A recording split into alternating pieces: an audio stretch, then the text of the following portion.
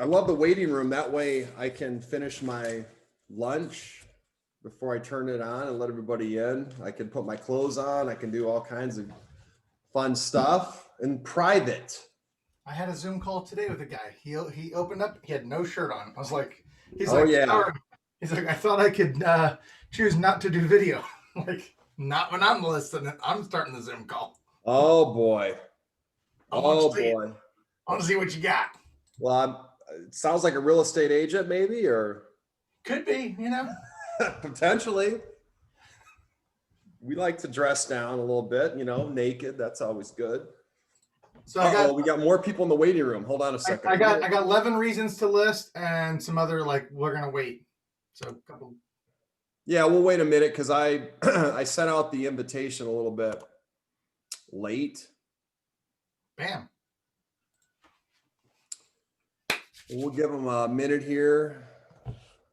I'm gonna step back for about 30 seconds and finish a little bite to eat here. How's everybody doing? You are recording already, just so you know. If you want to pause that. All right, I think hopefully everybody that I'm gonna put the participants off the side here so I can see that. All right, so I think everybody is here that we expected.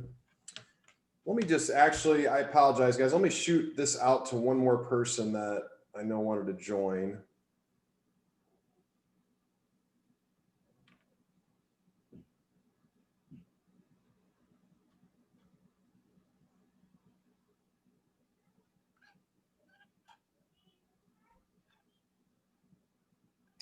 Guys, it is really exciting to see everybody here today. Jesse, how are you doing today? I'm doing lovely. How about you? Absolutely fabulous. It's a beautiful sunny day outside. I don't know what the temperature is. I'm sure it's cold. Oh, there's Randy. Good. Okay. All right. So today, Jesse, I think what we're going to do, since we have so many people on the call, we really want to try to give some one-on-one help to anybody that wants it or needs it.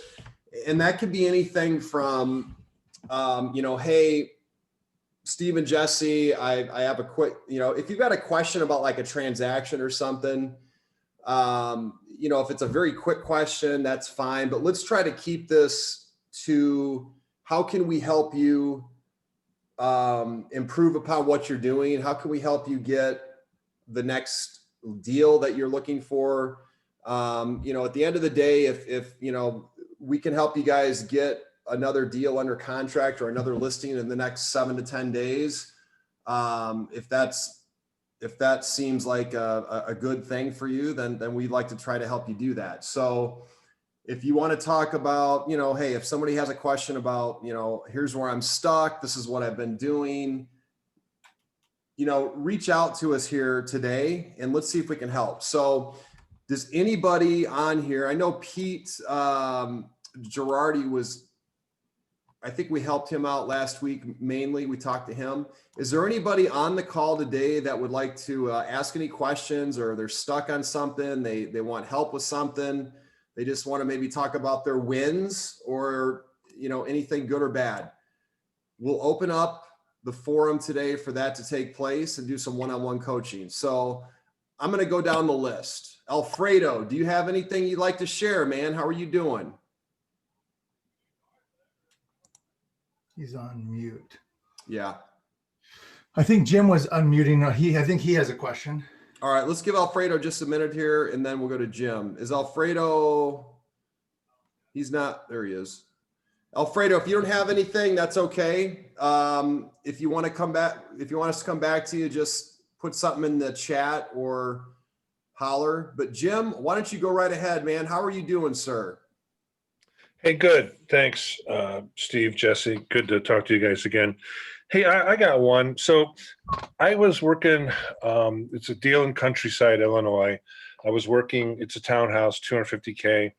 And so the guy got back. He always gets back to me. He always emails me. He's very friendly on the phone. I want to, keep in touch with him. and he's, he let his brother move in the place for 9 months to kind of get his act together on something. I'm not sure what it was, but he's now out again. And I just noticed, on Zillow that he's listed his house for FSBO again.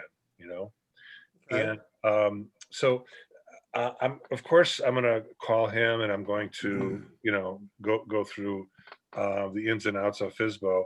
But have you guys come across that where, he never committed to me. He never says, hey, Zygmunt, when this is over with, I'll give you a call, or, we'll get together and call me. I just want to, it's just there, it's lingering there. And, it's a good area for a lot of people, that area. I'd like to for sure revisit it and see if there's anything else I can do to secure that. You listed it. Okay, so Jim, let me just recap here. So you basically have a guy you've been talking to, or a prospect is what this is, a prospect that did he have his house for sale by owner previously? Is that why you reached out to him as a for sale by owner? Yeah. Okay. And, the bottom line is this is just a prospect. And it sounds like he had verbally maybe said that he was going to list the property with you.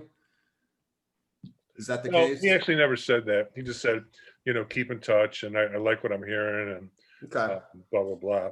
But he never said, hey, Jim, I'm going to, when I get my brother out of the house, I'll list with you. Just, Okay. Nothing like that. All right. So this is very common. This is, this was very common for me when I was, newer into the business. It's really not when I was doing the business, when I started to do prospecting. Today, I haven't talked to any FSBOs yet, but I normally talk to, on average, anywhere from 2 to 7 for sale by owners a day. And 1 out of every 5 of them is going to, everybody's going to have 1 or 2 or 3 objections in the same situation. Your situation is you talked to the FSBO, you asked him a few questions. He responded in a manner that gave you the impression that maybe he would list the house or reach out to you, or you would reach out to him to help with the sale of his house at some point in the future. Yeah, exactly. That happens on a daily basis with me or every other day. So this guy is he's a very, very lukewarm FSBO lead. All you can do with somebody like that is, number one, you have to have a short memory, just like a quarterback has to have a short memory. You can't get stuck on one lead like that. So all you can do now is the guy put it on for sale by owner. So he's a for sale by owner. What I constantly, the key to for sale by owners is follow up. You typically have to talk to a for sale by owner anywhere from, in my experience, it's anywhere from 3 to 10 times before they're going to list the property. On average, the normal for sale by owner I get, it's probably averages about 4 or 5 contacts, because they're going to try it on their own for a while. That's their whole deal. They want to try to see if they can save some money on commission and do it themselves. That's 95% of them. Okay. I'm going to go into some other information there in a minute, but for that specific lead, what I would do is follow up with him. And I would say, hey, Joe, this is Jim Zygmunt. We had talked recently about your property. I was just calling to follow up and see if it's still available, or have you found a buyer for it yet? Oh, Jim. Yeah. I'm for sale by owner. I haven't found a buyer for it yet. We got a lot of activity though. I think we might be getting an offer, blah, blah, blah, blah, blah. Oh, that's great. That's great, John. Yeah. I noticed you were for sale by owner, and man, I really wanted to reach out because this market is absolutely on fire. And, we're working with a lot of buyers in the area right now that are having trouble finding homes that are listed on the open market, period. I'm sorry. I thought I was texting there. Listing homes on the open market. And I wanted to make sure that, you knew that this market was that hot. So I assume you probably had a lot of people calling you, or you had some offers. Is that correct? Well, I've had a lot of, a lot of hits on Zillow. Well, I've had 1,000 people on Zillow, like the property. So yeah, it's active. Oh, great. Okay, great. Joe, I can appreciate that. And that's great. You definitely are going to see a lot of hits on Zillow, and I'm sure, they like to make sure that it looks like it's pretty active there. But if I was able to find you a buyer in the next 30 days and get you an offer that was full price or even net you more money than you'd be able to for sale by owner, would it make sense for you to take 10 minutes and we can meet and I could show you how we could do that? You want to go into the script and you basically just want to let them know a couple things. The market is hot. You are working with buyers. He's going to say, well, bring them over. I'll pay you 2.5%. I can appreciate that. So Joe, what I'm going to do is I'm going to put your property on our hot list so we can show it to our buyers as one of those that's not on the market, but it's listed for sale by owner. That way, if one of them wants to see it, we'll be sure to show it to them. But now let me ask you this, Joe, if you don't end up selling this here in the next week or less, because that's how quickly our listings are selling, do you have an agent lined up to do the marketing for you on the property and get it sold quickly? And if he says, no, I don't, I'm going to be making that decision here in the next 2 weeks. Okay, great. Well, why don't we do this? I'd like to make sure that, you don't miss this hot market. Can we set up a time? I'm available at 2:00 today to come out and look at the house and meet with you and show you our marketing plan. And better yet, I'll be able to take a look at the house. I'm going to do a quick video while I'm there. That way I can show my buyers what the inside of the house looks like. Whatever you can do to get in the door, Jim, is always good. But you definitely want to try to lay the groundwork for you listing the property. It's just going to be a follow-up game. At some point, this guy, if he doesn't sell quickly on Zillow, is going to hire an agent. So all you can do is be the one that's there at that time with a pulse, and you've got a pretty good shot at getting the listing. Yeah. But they're going to lie to you. Okay. He is going to lie and do everything he can to keep you away from him. Your job is just to constantly follow up with him until he lists the property or sells the property. Because that's the one of three things are going to happen. He's going to sell it himself, or he's going to hire an agent to sell it, or he's going to rent the property or something like that. So real quick, one fun, I usually get a really good reaction, or at least get engaging when I send this to for sale by owners. And it's usually, I send it as a follow-up. Hey, did you know the for sale by owner CEO or founder actually sold their property with a real estate agent? And I send them a link, and they're always like, oh, okay. And sometimes it's a good just conversation to touch base again.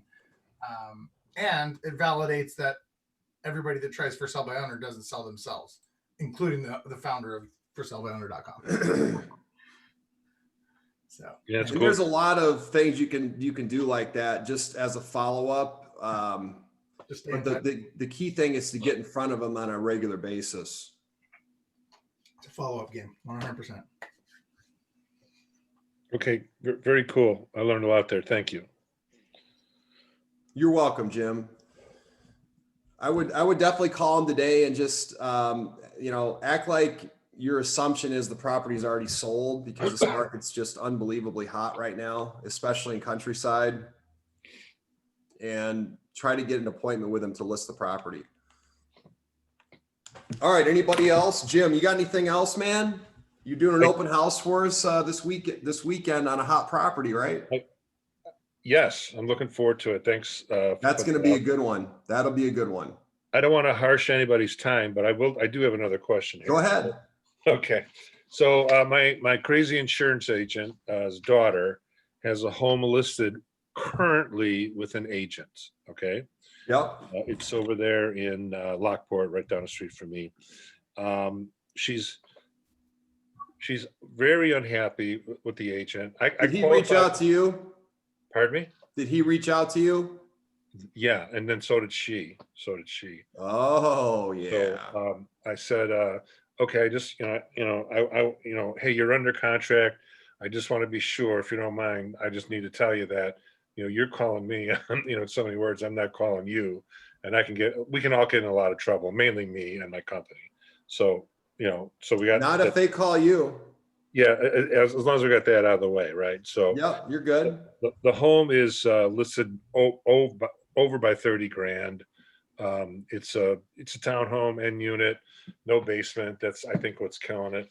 And but the rest of the properties are going for um, 250, 255. She's asking 285. And she says she wondered about that. The agent came in and said, hey, let's list it for this so I can get a listing, right? So that's my impression. No follow up, no nothing. I go, well, sounds like you need a new agent, but you gotta cancel you gotta tell me you're gonna cancel your agreement and go with me, and then we'll get started. We'll get your home sold. We're definitely have to lower the price. Every CMA I do, whether it's through the cloud, or through its our own system we have at EXP, we're 30K over it easy. So I just want to tell her the truth. They'll probably move. It's a desirable area. A lot of people live in Lockport, to be in that infrastructure there. So What's the question? the question is, she's still under contract with this other agent. So I want to do my thing by, sending her information on, EXP, about myself, about the success we've had in Chicago. Not necessarily me, but Steve Merritt team. But I'm uncomfortable doing that because she's under contract with another agent. Okay. So here in Illinois, if she reached out to you because she's unhappy with her agent, you got no issues there from Okay, that's from what I thought. that standpoint. So what I would do is I would say, yeah, that is discouraging. It's it appears you may be overpriced, and I would always say, and I see some other issues that may be causing you not to sell. I would also ask her, have you had any showings? If she's had 0 showings, that'll confirm right there that it's over 10% overpriced. So That's interesting you say that, because I did ask her that question. She's had 1 showing. she's 10% overpriced on a $250,000 property then. So you're right on with price. You can run the comps by me, but I would say, I would do this. I would do a CMA forget about how many homes you sold and all that shit. I would do a CMA for the cloud-based CMA. If you don't know how to do that, learn how to do it. Oh yeah, I do. That's awesome. Yeah. Okay. Do a CMA and in your agent profile, just put your name and information. A lot of times people they called you not because you sell a bunch of homes. They called you because they know you, they like you, they trust you. That's why they called you. 2 of them called you, the daughter and the insurance guy. So right. Any confidence you don't have, forget about that. You've got confidence. You've already sold a listing the other day. You know how to do it. So what I would do is I would call her back and I would say, Karen, I've been looking at this. I definitely think that we could get the property sold for you. And actually, at this price point, the market is absolutely on fire. So I wouldn't waste any time and wait for Joe Biden to get elected to do this or whatever you want to say. You don't have to say that. I would go ahead and get it on the market this weekend and make sure you make the change now. I mean, if you want to get this thing sold and get the most money for it, there's no better time than right now to do that. I would not waste another second because the other agent seems to be doing you a disservice. So what we need to do, Karen, all you need to do is contact that agent, tell them that you want to cancel the listing and the listing agreement immediately. Your plans have changed. That's it. Yeah. She will need to do that through email and writing. 90% chance the guy will cancel right away. The moment that thing comes off the MLS,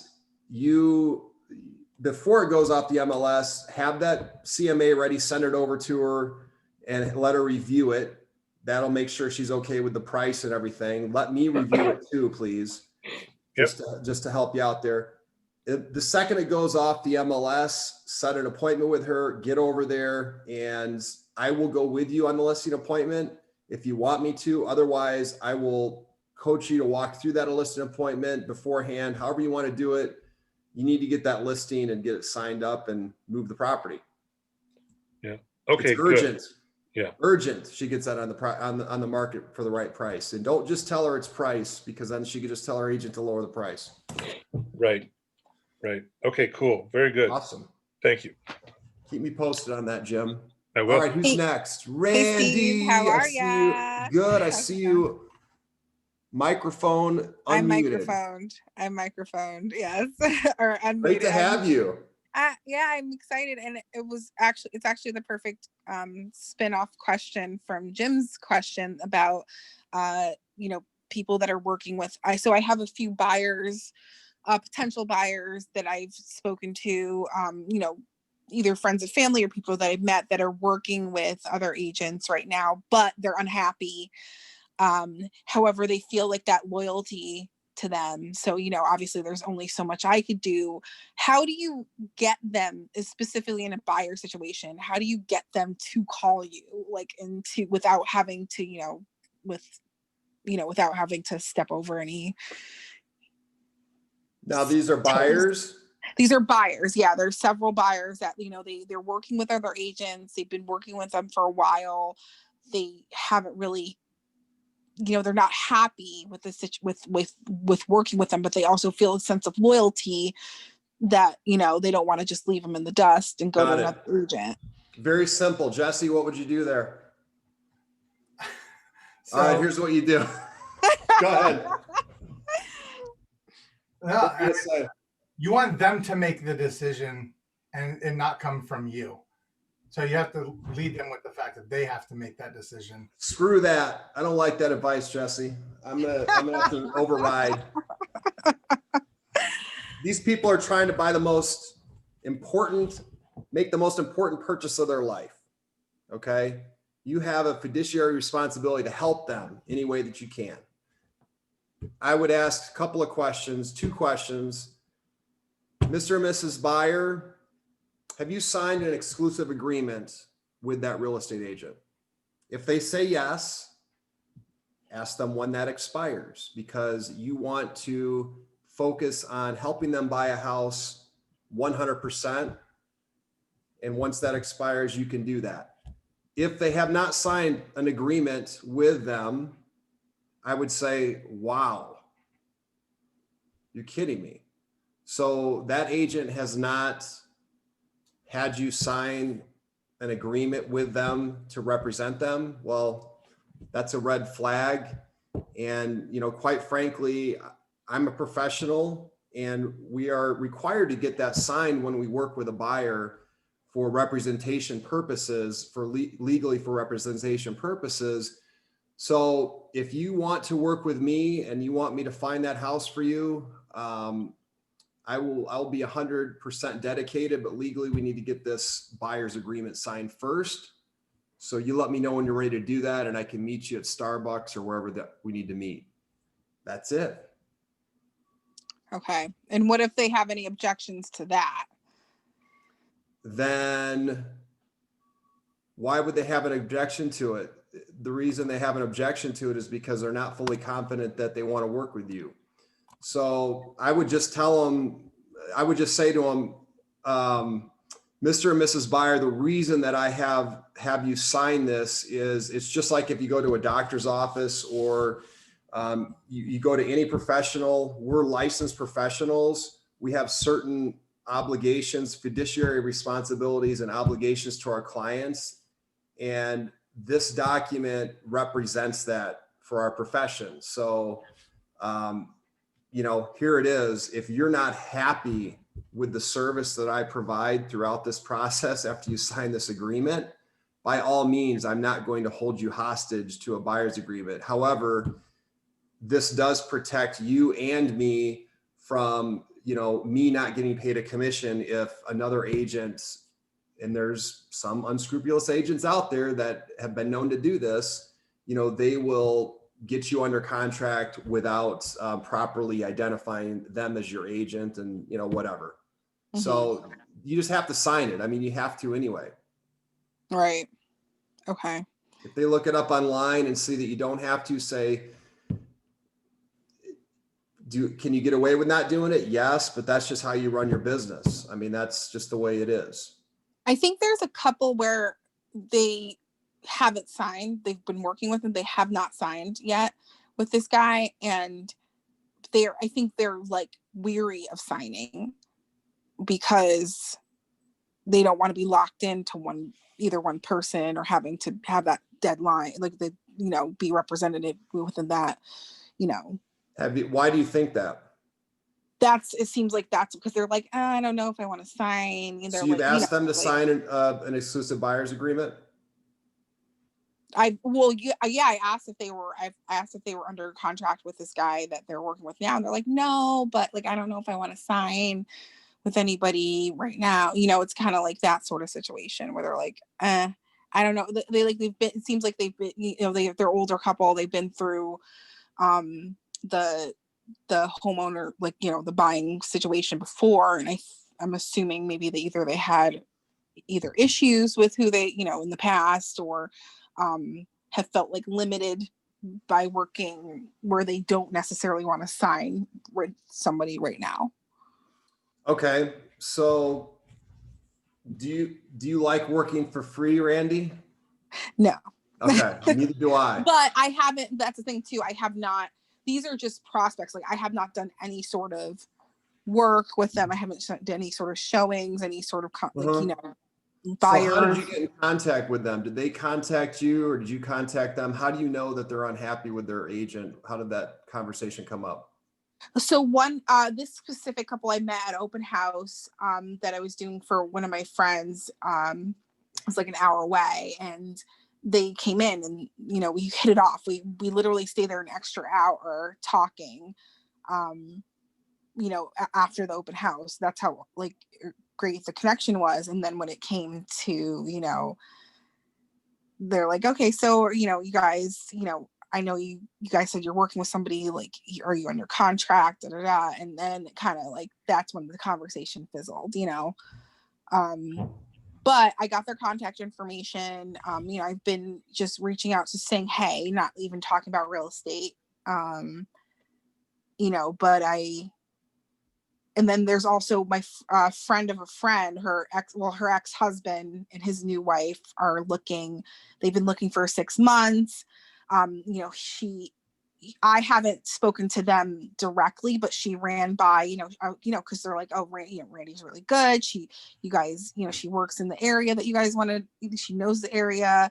And they're like, oh, well, we don't really like our realtor, but we've been working with her for like 6 months and da, da, da. And so it's like, I don't know how to get into that middle of that situation, like either both of the situations. Like, I don't know how to kind of transition. Well, if it sounds like, from what you're saying, it sounds like you've had a direct conversation with the first one about them not wanting to be committed or sign anything with an agent.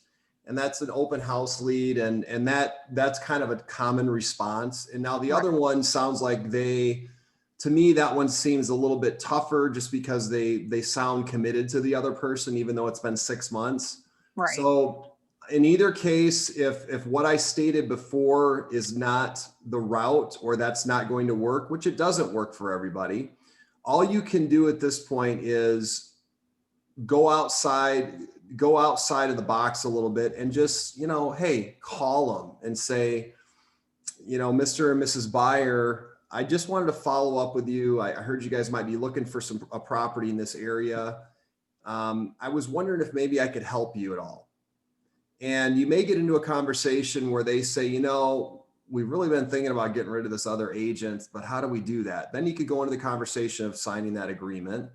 Or if they don't say that, you could say, I don't want to step on anybody's toes. I know you've been working with an agent for 6 months, but it sounds like that hasn't resulted in you buying a house. And I assume you guys are still wanting to buy a house sooner than later, right? Right. Would you be open to working with me exclusively? and I will be, you know, devoted to finding you guys a house until that process is done all the way through. You know, go outside of the realm of what these other agents are doing. And what these other agents are doing right now is sending them a search on the MLS and nothing else probably. Okay. Yeah. Yeah. So if you 10x that or even double the amount of effort they're putting into it, just make sure you don't get screwed and they, you know, don't start working with you for 2 or 3 weeks and then they suddenly buy a property the other agent has shown them. So at some point after you earn their trust, I would get them to sign an agreement with you, especially since they've already worked with an agent.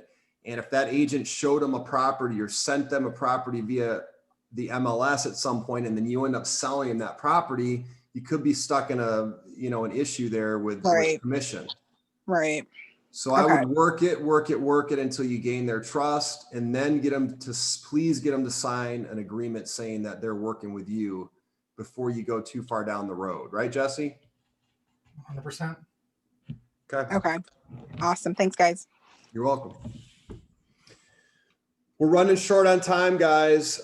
Is there anybody that has a hot question or something they want to talk about? We'll give you a couple more minutes here, 5 minutes or so. I was eating my lunch. I was 5 minutes late, so I'll take the blame. I think Randy brought up a great question. So kind of how I had to diffuse with a recent sale is at closing, let me know if I'm wrong, but at closing, they're going to ask, you know, who was the buyer's agent? You know, how did you buy this house? If it was a dual agency, that has to be disclosed early on, right? Through 7.0 contract in Illinois. So at the contract, I always say, at the closing, they're going to have to pay the buyers, you know, whoever procured the sale. So you do it now, you do it later. You know, if you do it now, we just get it out of the way. Well, I think at some point you're going to have, you know, somebody's going to have to represent them when they write the contract. Yeah. So if you look at the disclosures, if you look at the buyer's agreement and read through it, there's several things in there that you can use as far as talking points to get them to sign that agreement. Yeah. And I'm going to be honest with you, I don't know the actual law here in Illinois, but I'm pretty sure you have to get something in writing that says that you're representing the buyer. Yeah. Yeah. You were supposed to at one point at Remax when I worked there, but I haven't heard anything about that in the last many years. Well, I found it out the real hard way at Baird and Warner. I was non-linear what happened to me when, you know, anyway. Popped you with a fine or something or what? No, they popped me with not paying me on the work, which is a $700,000 house in Hinsdale. So I just said, this is never, ever going to happen to me again. So I just say, you know, up front, and we need to agree to this. And also, are you, in my mind, are you qualified? Do you have a letter? Have you been qualified by a mortgage? So you need to do two things. And I think what one person said to me is like, well, nobody's brought that up to me. Nobody's said I need to be qualified, believe it or not. So I don't know what I could afford. And you shouldn't blame any realtor for not taking you out if they don't know what you're going to afford, including myself. And oh, by the way, here's this buyer's agreement that'll reinforce the process. There's a lot of ways to pitch it. Of course. But, it's just, I agree with what Randy's saying. It's and you just need everything and can do to lock down a buyer. Hey, if they don't like you, they say, hey, Jim Zikma, you are the worst freaking realtor I ever met. You know, go run across the street and hit a lamppost. Okay, I get it. You don't like me. Let's tear it up and we'll just move on. But yeah, at the end of the day, that doesn't happen very often. So at the end of the day, that's the thing. It's, you know, we're not, you know, like Jesse and I always say, and Lee and I always say this too. We're not going to hold you hostage even on a listing. Like if we don't have full integrity with what the marketing plan that we presented, and we don't do what we say we're going to do after we sign this agreement, you know, we're going to rip it up if you're not happy. Okay. So that's the same thing with a buyer's agreement. If they're unhappy, I include a 72-hour cancellation policy. Like, hey, give me 72 hours to correct the issue, and it makes them feel comfortable. Like, hey, I don't want to hold anybody hostage. I put in there a clause 72 hours to cancel after you've raised the issue and I've attempted to correct it. Okay. You could do Cool. that. It's a good idea. But at the end of the day, sell these buyers on the idea that it's a commitment. I'm committing to you. Not that they're necessarily committing to you, but I'm committing to them. Like I'm committing to work for you. I'm going to go to work bat for you. I'm going to negotiate for you. I'm going to look for properties for you. I'm going to show you the properties. I'm working for you. Like commit. So it's a simple commitment. It's a time you get paid for your time, and the risk that I'm taking as a real estate agent is sometimes I spend a lot of time trying to help you find a home, and then I don't get paid. So I just want to make sure that, you know, when I do find you a home, that I do get compensated for the work that I put in. That's all. Yep.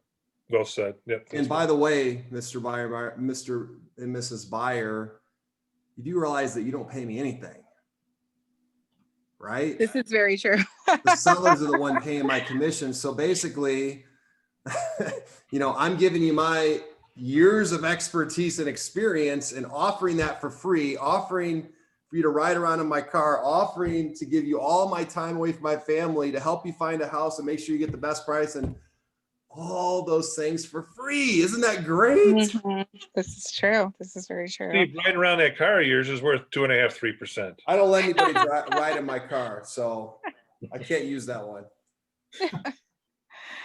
Oh man. Guys, this has been absolutely incredible. Jesse, what do you got? Send out some objection handlers for buyers. I don't work. No, we're not doing that. So I got some good ones though that I haven't used. You want to do that right now? No, I'll find them. I got them from my coach. He sent me. Oh, good. Yeah. So objection handlers. Yeah, there is some good ones. Yeah. Send those out. So he'll email that to anybody that wants that on this. Put it in the chat right now. Oh, you don't have it handy probably, right? I got it. Okay. I typed them up on Google Doc somewhere. Email that to everybody, but there's a lot of objection handlers that we have that you can use to try to get them to sign that buyer's agreement. Yep. And make sure you get paid and compensated. But guys, it's been great having everybody. Is there any more hot questions that cannot wait from anybody else? All right, going once, going twice. Guys, we will see you next time, same place for the Extreme Agents VIP coaching. Cheers. Have a great week. Have a good one.